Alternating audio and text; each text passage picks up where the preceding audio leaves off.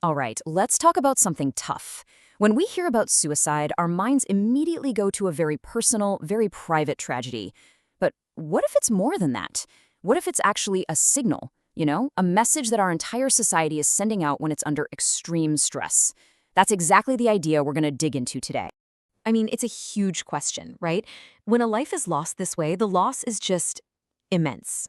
And our first instinct, our gut reaction, is to try and find a reason why. We want to find a cause, maybe even someone or something to blame. But here's the thing. What if the answer we almost always land on isn't just a little bit off, but is actually fundamentally wrong? You know the drill. For as long as I can remember, the conversation has always pointed inward, right at the individual. We frame it as a personal failure, right? A psychological breakdown, a lack of resilience, or just an inability to cope with life. And look, it's a convenient story to tell ourselves, but as we're about to see, it's also a profoundly misleading one. Okay, so let's really dig into this story we tell, because it's a powerful narrative and it does something very specific.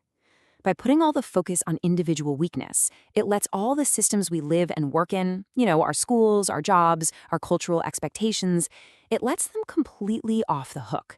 They get to avoid any real scrutiny. Just think about what that really does. When we blame the person, the system itself sends this really clear, kind of chilling message. Hey, if you can't make it here, that's on you. The fault is yours and yours alone. And that message? It's incredibly effective at shutting down the one question we should be asking. Wait a minute, is the system itself the problem? And that brings us to this. This right here is the absolute core idea of what we're talking about today. It flips the entire issue on its head. It suggests that when you see suicide rates climbing, you're not looking at a wave of personal failings. No, you're looking at a powerful data-driven signal that the system is the one that's failing. Okay, so if we're saying it's a systemic problem, then what does that system actually look like? Let's break down what our source material calls the architecture of despair. It sounds heavy, I know, but it's really just about the specific pressures that, when they all pile on top of each other, create an environment where hope just gets squeezed out. And this quote, man, it just nails it. The problem isn't that people are suddenly becoming more fragile. That's not what's happening. The real issue is that the systems we're all trying to navigate have become more and more inhumane, more unforgiving, and frankly, more hostile to our well-being. So what's really powerful is seeing how these pieces all lock together. First, you've got this super narrow, single definition of what success even looks like. And if you slip off that one specific path, well, there's no dignified way to fail and get back on your feet. Then you pile on the whole idea of family honor, where your personal setback somehow brings shame on everyone you love. On top of that, you've got crushing economic insecurity with zero real safety nets to catch you.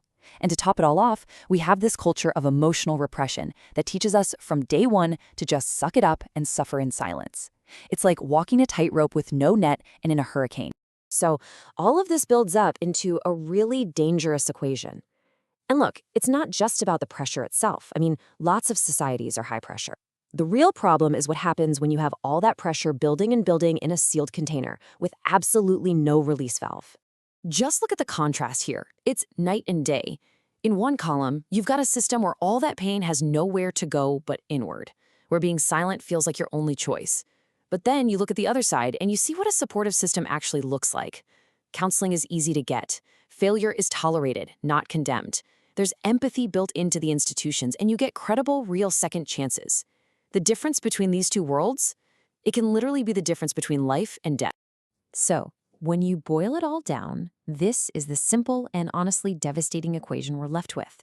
You've got maximum expectation on one side, plus minimal emotional infrastructure on the other. No real safety nets, no accessible help, and what does that equal?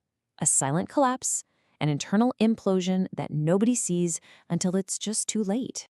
For generations, we've held up endurance as this ultimate virtue, right? It's a sign of strength. But what our source argues is that this very idea has become a trap.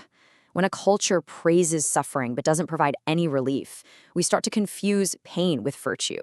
We teach people to hide their struggles, and we start to think that strength means being silent. It's a survival strategy that, frankly, isn't working anymore. Okay, I know this all sounds incredibly bleak, but there is hope. There's a path forward. Other high-pressure societies have stared this exact crisis in the face and actually managed to turn things around.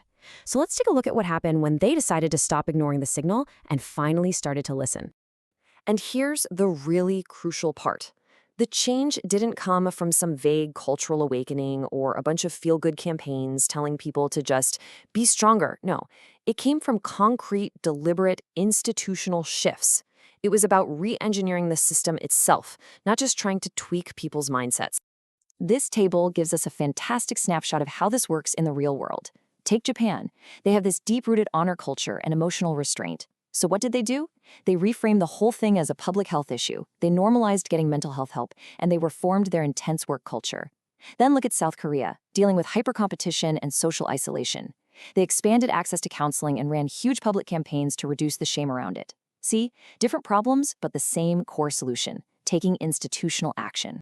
And that's the fundamental lesson right there. The key shift was that they stopped looking at suicide as some tragic but unavoidable part of their culture. Instead, they started seeing the rising numbers for what they truly were: actionable data. Cold, hard data that was pointing to specific flaws in the way their society was designed. So, the big question is, how do we take these lessons and apply them? How do we create our own blueprint for change? Well, it all starts with completely rewriting the narrative we have around failure, around what strength looks like, and around the idea of support. And let's be clear, this isn't about just borrowing some catchy slogans for other countries. That's not going to cut it. The real answer is for our own institutions to make a structural acknowledgement that this is a real problem and that they have a direct responsibility to be part of the solution. So here's what a potential roadmap could look like. Step 1, you have to publicly redefine this issue as a systemic indicator that has to come from the top. Step 2, you normalize the infrastructure for emotional support. Make it as normal as going to a doctor. Step 3 is huge. Create dignified pathways for failure in schools and careers. Step 4, work to reduce that entanglement of family honor with personal setbacks.